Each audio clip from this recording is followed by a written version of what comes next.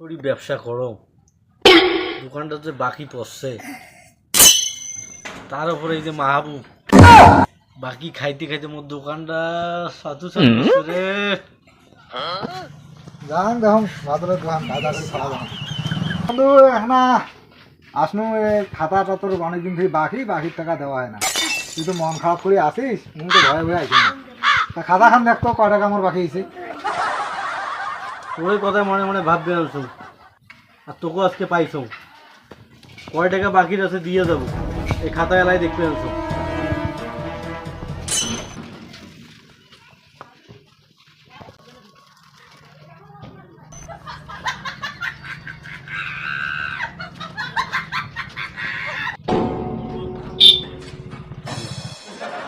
তোর বাকি হয়েছে ৩,৯৮০ টাকা। কি রে কি রে মানে কি হয়েছে?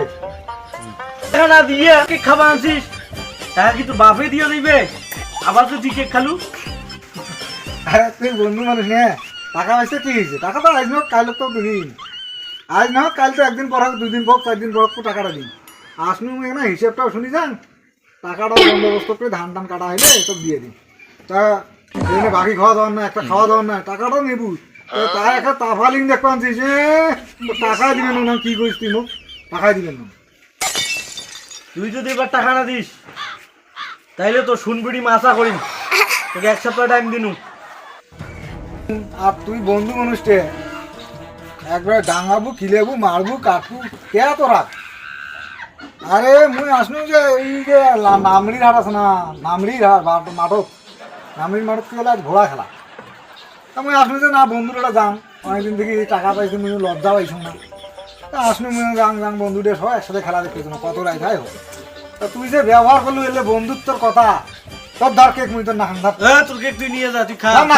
বিকেলে টাকাটা শোন, বাকি আছে, আরে শোন, এলে বিকেলে আমি টাকাটা দিন। ঘোড়া খেলা 1 সপ্তাহ পর দেখিম, তুই খালি টাকাটা না পাবি। দেখিস যা দেখিস।